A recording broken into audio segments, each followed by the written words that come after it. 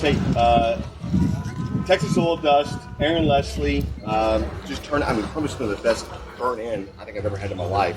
That's amazing, man. So, how many times have you been up here and competed in this competition? This is our 4th year. 4th year. Yes, sir. How have you historically done it? Has it been a roller coaster for you?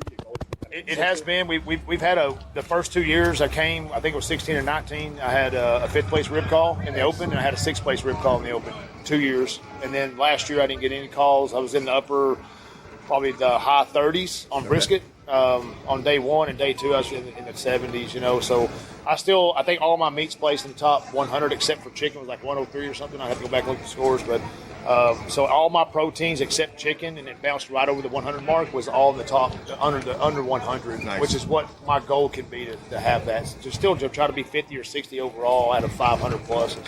Yeah. You know, so I try to shoot for that, but my goal this year is to get at least one walk, and then at the same time, all my proteins, I'd love to have them all under 75. Yeah, hell yeah. Top 75. That's a huge accomplishment. No, 100%. Like it's like. Nobody really understands, like, unless you're in competition barbecuing, whatever else, nobody really understands, like, how difficult it is to get everything to hit. You know, it's like that perfect algorithm that happens, right? I mean, like, but being consistent is what gets you, you know, in that top right. 100 right. or whatever else. But then after that, it's is it the judging, or is it the nuances? I mean, everybody has a good brisket.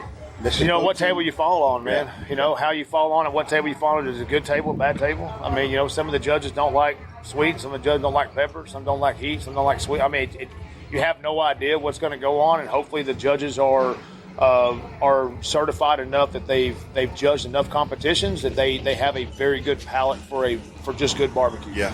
Hopefully they're not looking for one particular flavor, and that can be a bad table or a good table, you know. So we're hoping to land on really the good tables, good easy tables, you know, kind of medium, but ones that aren't real picky. Yeah. And if we can do that, I think we'll be in good shape. But I think everybody's profile all over the United States has changed and kind of gone into one kind of lane. I hear you. I think all your top cooks have adjusted to where they know who does good, who does not, and I think they've kind of adjusted a little sweeter here, a little more less pepper here, a little flavor there, a little savory here. So I think you've puzzled your way into a good routine. And then most of your top cooks are running that same routine, and I think that's what stands out. But you also have a lot of cooks that only cook 5 times a year or 10 times a year or just 1 time a year. And so, but they got into the invitational or the open, and so they kind of throw whatever's out there. Yeah. And they just come to cook it every year because they've been coming for 20, 30 years, and sometimes those flavors just ram the whole thing down the coat. So it just depends on what table you land on. Right.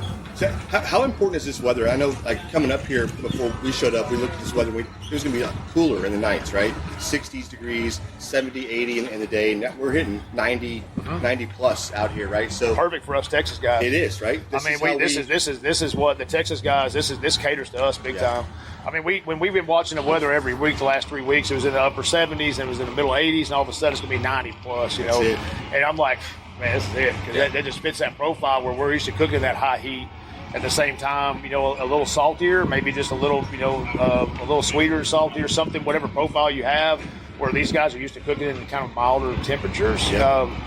That little bit. Plus, they're inside that carport over there, and they got those fans running, but it still may be warm enough with the doors open and stuff that they're still sweating just a little bit. Where they not need that little bit of that warm salt, you know, that kind of comes through and there's that flavor. No, I agree with you. I think there's something to that, because you have people that maybe we're not expecting this type of heat to be here, and I've seen this time and time again. You end up overcooking, right? Yeah. And a lot of cooks don't realize that these timetables are being crunched down a little bit because of these high heats, and they like people that cook to time, right? I've seen it, and that's, you can't cook to time and cook to temperature, but cook to feel. And the pros, the guys are really good. They know how to do it, but it catches everybody off guard. You just don't. You're in the group. I was 30 minutes early, so I was really I wasn't taken back, but I started early. And I started basically an hour early just so I knew I met those timelines. Yeah. And so, like, pork is normally 3 hours. I was 2.5 hours, 2:40. Ribs are right at 3 hours. They were like right at 2:45. So, I mean, I was about 15 to 20 minutes early. And they hit those marks, and I was looking, you know, if you check your elevation, Yep. Just watch your boiling temperature, and you'll kind of get an idea of what you don't want to go over because you start mushing it out, right? So if you cook in this area a lot, then you know where you want to pull your temperatures down and your textures. What that feel is going to be like. But if you're not up here as much, you can watch that boiling temperature. Like elevation, I think it's 900 feet here. So I think it's 210 boiling temperature. Water boils at 210, so you want to keep that just a little bit under. Watch your feel, and then you get that base that feel to where how soft do you want it to be, and then how long do you let it sit out. So in the brisket, I knew it was a little smaller because it was trimmed a little narrower for the box. Yeah. In Texas, I'd do a full 8-inch slice. Here I did about a 6 3/4, 7. So once we did that, it came off a little bit earlier, and I just let it rest and bring it right back up. And then I slice to what side of the brisket I want to pull from, which one's a little stiffer, which one's a little softer. You kind of hit that. So times. That's a pro tip right there, and that a lot of people don't talk about is the elevation and looking about as far as the brisket itself and taking it to when you're in Texas and your elevation's not so high, you're boiling at 212, 213 sometimes, right? Yeah. So it allows you to bring that brisket up a little bit higher, a little bit in temperature, right? I mean, what's the highest you've ever took a brisket in and trying to still going? This is great. This is where I wanted to be. 210? You mean highest temperature wise? Yeah. Probably 216. 216. But that was down there at sea level, and I mean, you were really just trying to push it. But by the time you get that point, you're almost boiling your juices out of your brisket. That's it. But I mean, there's been times that so the highest elevation I've cooked is about 10,000 feet. Okay. So, and then, we're at 2,800 foot at 2,750, 2,780 in Midland. Yep. So where my hometown is, I'm 2,780, but you go up to Lubbock, you're 3,000, and you go up to Amarillo, you're 3,100. So, I mean, I'm used to cooking a little higher elevation, but when I cook down south, down, further east, maybe up North Texas, I'm 800 foot or less. I'm used to going back and forth all the time, so I know what those numbers should be, and I have a rule of thumb for what my temperatures ought to be coming out there. When I start poking, I know what I need to look for, and then I start testing. Yeah. I don't go for a number, but a number gets me where I need to be at. It's kind of like riding by Braille. You start feeling the rumble strips on the road, get back over the left. So that number tells me, hey, you need to start watching. Yeah. Next thing you know, 30 minutes later, 20 minutes later, gut feeling 15, poke it, and all this, there I am. Yeah. So, it's a tenderness and knowing how far to poke it and get your tenderness feel, but at the same time knowing that you don't go over, and then you start doing 10-minute increments. But every time you open your foil up, you lose the steam. Yep. So it takes 10 or 15 minutes to regain that heat that was trapped inside that brisket or that chicken or the rib or whatever you had to get that back up. So now you're at 30 minutes because it needed 15 minutes to cook to get that heat regenerated. Yep. It's all about the puzzle. Can you put the puzzle pieces together? And if you can put them together, you can get a winner out of this thing. So, I mean, hopefully everybody, has a good time and a good cook. But it's a little stiffer for some guys and probably a little bit overcooked for some guys. And if you've been here before and you know what you're doing, you'll know when to start watching. That's what I'm talking about, man. Hey, listen, this is it's not oil field. This is the meat science right here. We ain't drilling no holes 20,000 foot deep, man. Exactly we're rolling. We're drilling for oil out here. One big win, one big hit. Yeah. That's a testament to your success. I mean, learning the variables like you're talking about. A lot of people probably have the field. It's not even thinking about where you're at, the elevation. They're not even thinking about the weather. They're not even thinking about how that factors in. Just showing up. I can't tell you how many cooks say that. They're like, man, I had no idea about elevation. I said, you want to go cook? Go to Alamosa, Colorado, 10,000 feet, and try to cook a brisket. You're pushing 198, and there's no juice left. You're right. You're stretching it. I mean, so that's why drums this is drum country. This is can country. Gateway's got it sold up. I mean, it's an awesome product, right? But you're going to look out here and you walk around, you've got 70% drums, and you've got 15% pellet grills maybe, and the rest are offsets. I mean, I don't know what that mix might be, but that's just what I kind of know. But you can put all the flavor in the world on that offset, and then you can just nuke it on that drum.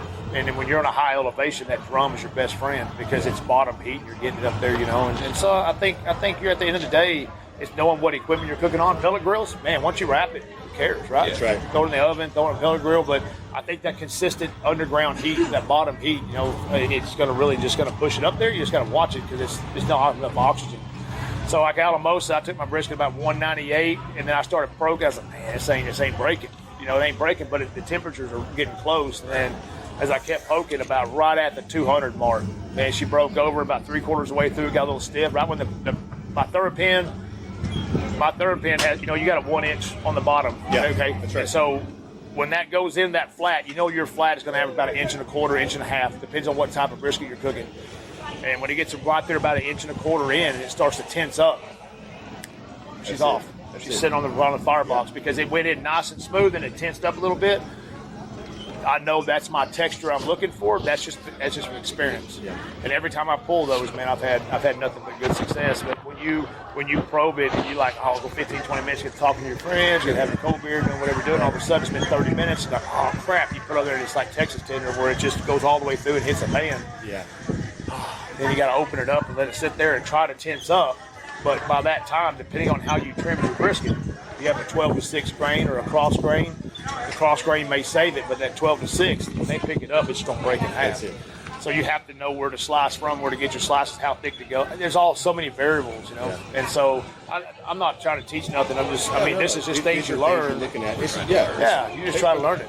I think a lot of this you're doing right now is all about second nature. Like you've done it so much, you don't even realize some of the nuances and whatever else about that. Right. You're seasoning, right? It's still rocking. You're still pushing it. Yeah. How's it been going? Man, it's going good. You know, I mean, the season line itself. We got some new products coming out in the next year. We're making some tweaks on some things, but I've got 5 or 6 different different ideas going down the pipeline, and some finishing dust, and a couple new sauces, and we got another type of charcoal. Got a hardwood coming out, bigger bag, and so that way we can hit those stores and get them in the popular areas and kind of push it out there. But it takes a year or two to develop a product that you want to use. Right. And I've been running these 6 products I've been running besides my charcoal. I run my pecan and my oak charcoal, but besides the charcoal itself, the sauces that I'm running, I've been running them now for a year. And I mean, I'm thoroughly happy with what I got. It's going to take another 6 or 8 months before I'm happy with the tweaks and doing something different. But I'm trying hard to make them work across the state and out of state. It's just you only got a weekend shot. Yeah. So you only get 12 months out of the year, and you only get to run 48 times or plus, to try to get them to work. And so sometimes you might want to tweak it or not, but.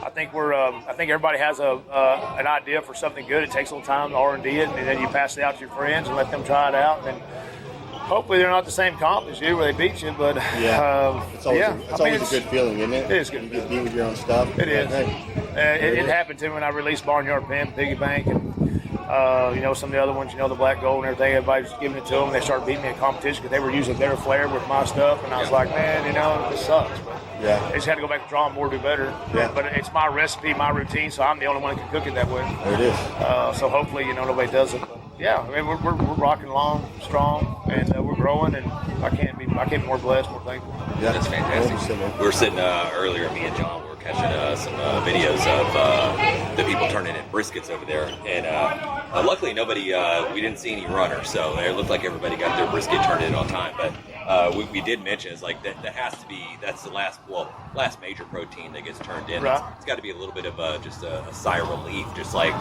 pop open a beer, just relax a little bit. But a lot of people might not know this competition. There's 2 different competitions. You have the invitational and you have the open as well. Right. So how much time do you have to rest a little bit? Have you already done your prep for tomorrow? So I'm fixing to go in there prep now. We're washing dishes, getting the counters cleaned off, pans cleaned up. Beans, I think the vegetable is at 3, so we go right into the 4 categories tonight. So I think it was vegetables, beans, potatoes, and dessert. Okay. So that's 3, 3:30, 4, 4:30. Okay. So right now we've already got them done. She's in there boxing some things up, getting them ready to go. So finishing the last details, and then while they're doing that, they're washing the dishes. I'll go right into injections, and then I'll start pulling meats out. And I want to inject and prep and get all that done in the Cambro, ready to rest cold before I go to awards. That way I can't change my mind. There it is. Yeah. It's already out there. Well, I mean, it's already done, and you don't want to go to awards, and then something happens and you tank. Yeah. Well, you tank, but it's your flavors, man. You trust your flavors. But if it gets into your head a little bit, you might try to change something. And if you change something, you'd be tomorrow evening on the way home, like, I should never change that. Dadgum, why'd I do that? So a lot of guys will try to knock out their proteins and get them injected and seasoned and rested, ready to go before they go to awards. That way there's no change, no looking back. I have one time changed my mind, and then I went back and re-injected my brisket with a whole different injection after I already injected it. Yeah. It's so What were bad. you thinking? I'm gonna tell you what. When I got done, I bet I had 45 ounces of that I had put into this thing in 2 different shots. It was just pushing one out and the other, you know. But did it work? No. I screwed up. I let the best get to me, and I just started cooking some KCBSs, you know. And so I was like, why did I do that? Yeah. And well, you know, I mean, like, that's one thing. Here's the deal: if you had done it and was really, really successful, right? Which recipe would have been working? Both of them, right? And, at what point do you go, this is crazy? You know? It's you know, you sit there and you're like, but I did this. This is back when I first started, probably my 5th or 6th comp for KCBS, you know, and I just like, I'll never do that again. So a lot of great guys and people, they say, look, you know, get your stuff done, get it early, get it over with, and that way you don't have to worry about it. You can't change nothing. Yep. It's always that way on doubles, and then that way you're done, and you can just relax and chill out the evening, go to bed early, wake up the next day, hit it, because tomorrow's a big day. Tomorrow's the day that actually counts. I mean, it counts today, don't get me wrong. A winner, reserve, grand, top 10 of the Invitational is huge. It doesn't matter. Top 20 is huge. It doesn't matter where you place that. It's a big day for the Invitational. But tomorrow, that's where all the stakes are on the line, right? That's the Jack entry. Yeah. That's the one that, you know, I mean, you have those different kind of trophy spots that come with winning the Jack. I mean, winning the Royal tomorrow on the Sunday for the Open. It's everybody, right? Yeah. So everybody's like, today is the Invitational, but tomorrow's everyone. Everybody out here will be cooking tomorrow. I think I was told 525. Now, I don't know what that is, but the lady over here that was parking this yesterday, she said a few backed out, but she said she had around 5 1/4 for the turn-ins for Sunday. So, you know, that'd be a good, you know, and that can be anything. So you can kind of slack back a little bit. You might go over just a little bit, you know, and you might get away with, you know, a little bit different things. You might not have to be directly on the top of your game, but at the same time, you know, you still got to be right on your game no matter what. So it's kind of, you know, get it away, see what happens. That is freaking awesome. Yeah. Aaron, So, hey, man, thank y'all guys. Appreciate it. Thank y'all, bro. Good to see you guys, man.